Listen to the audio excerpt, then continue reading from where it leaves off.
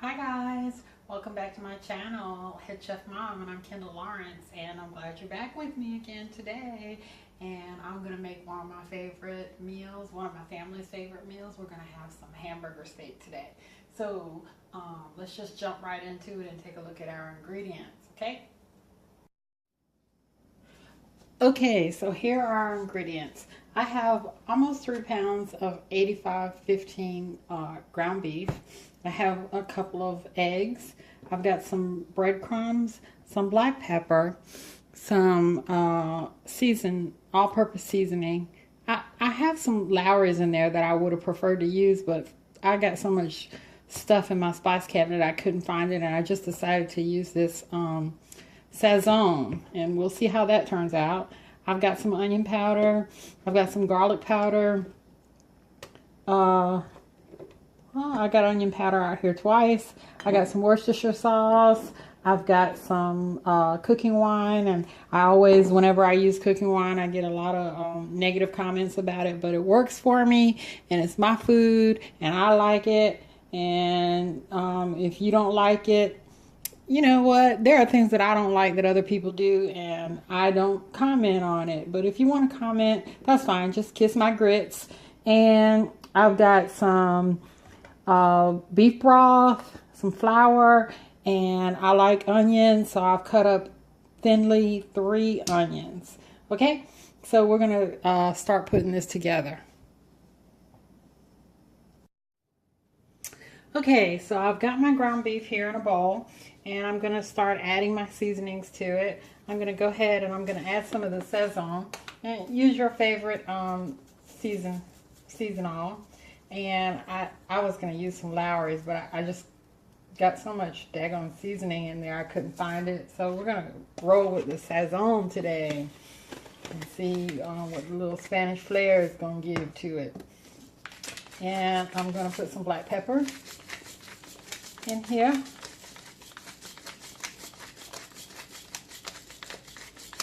Give it a good thing of black pepper. I'm going to add some onion powder.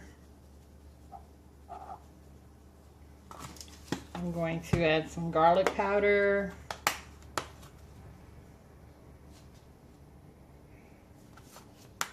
I'm adding some breadcrumbs.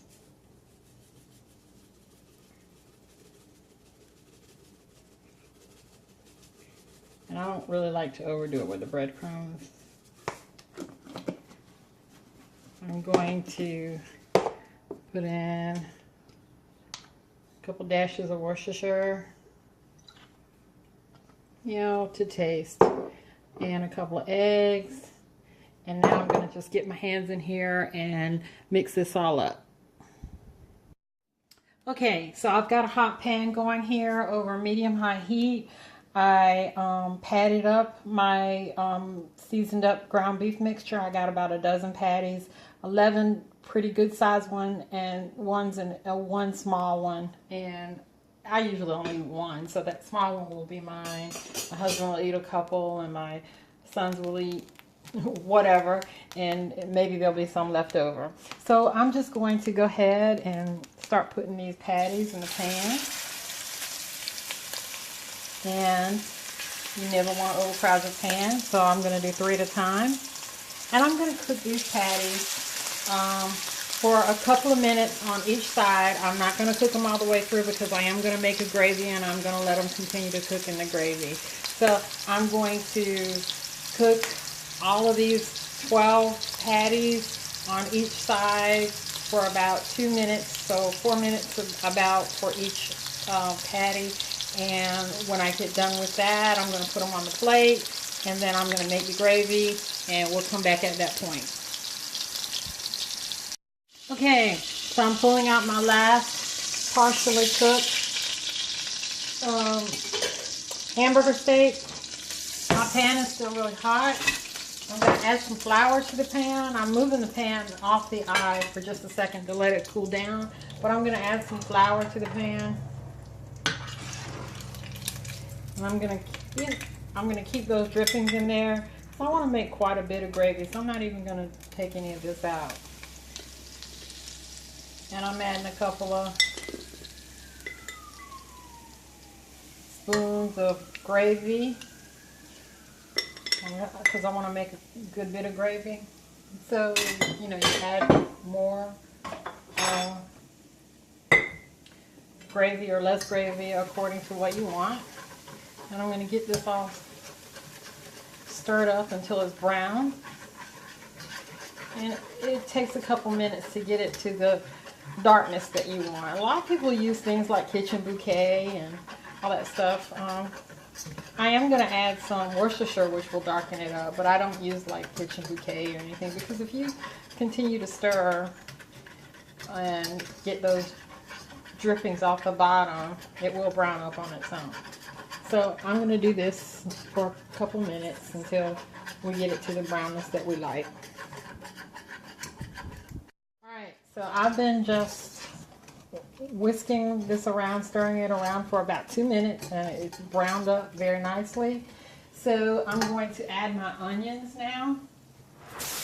And I like a lot of onions, that's to taste. And I'm going to add a little bit, wow, I'm making a mess. I'm going to add a little bit of the beef broth. Just a little bit to help my onions cook down. And I'm going to let my onions cook down for just a couple minutes. Let me add a little bit more broth.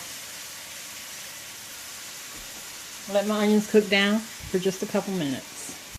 So my onions have cooked down really nicely.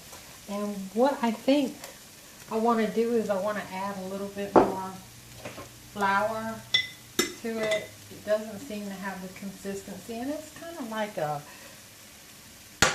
eyeball it kind of thing. So I'm just going to mix in a little bit more flour and continue stirring for just a couple minutes. So I've stirred in my extra flour, and now I'm going to gradually add more beef broth. And depending on the thickness that you want for your gravy is how you're going to determine how much broth you'll put in it. And just add it slowly, because as it cooks it thickens as well. So, and just continue to stir. And I can tell that this is going to be thicker than I want. Right now it looks like it may be a little bit loose, but this is going to be thick. So I'm going to go ahead and I'm going to add a little bit more broth. And so this is a 32-ounce carton of beef broth, and I've added about half of it. And I'm going to add some onion powder. And I'm going to turn my eye down to about 7. It's up pretty high. I'm going to add some garlic powder.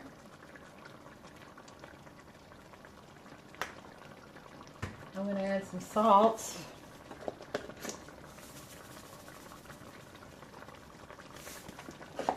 I'm going to add a dash of red cooking wine. And I'm going to add some Worcestershire. Just a dash. And I'm going to stir. And I'm not going to add anything else right now except my meat. So I'm going to add all of this meat back into the pan, because the meat also seasons up the gravy. And I'm going to add all that juice that was on the plate when I put my partially cooked beef back on. And I'm going to add a little bit more beef broth. And I'm going to put a lid on this, and I'm just going to let it cook kind of slow for about 15-20 minutes. And we'll be back to taste for seasoning.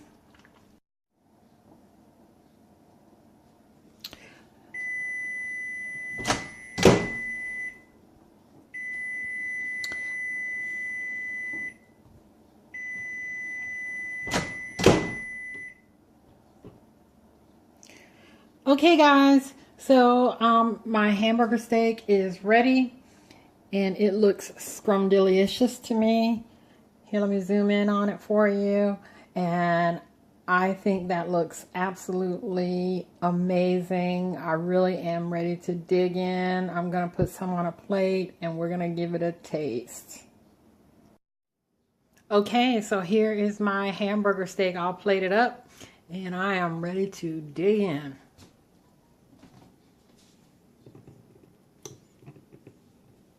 I made some rice and some whole kernel corn. My youngest son loves whole kernel corn. That's his thing.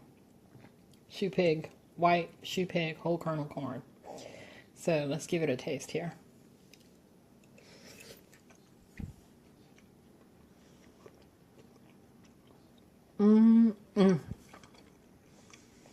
That is good. Get a little bit of corn. Perfectly seasoned.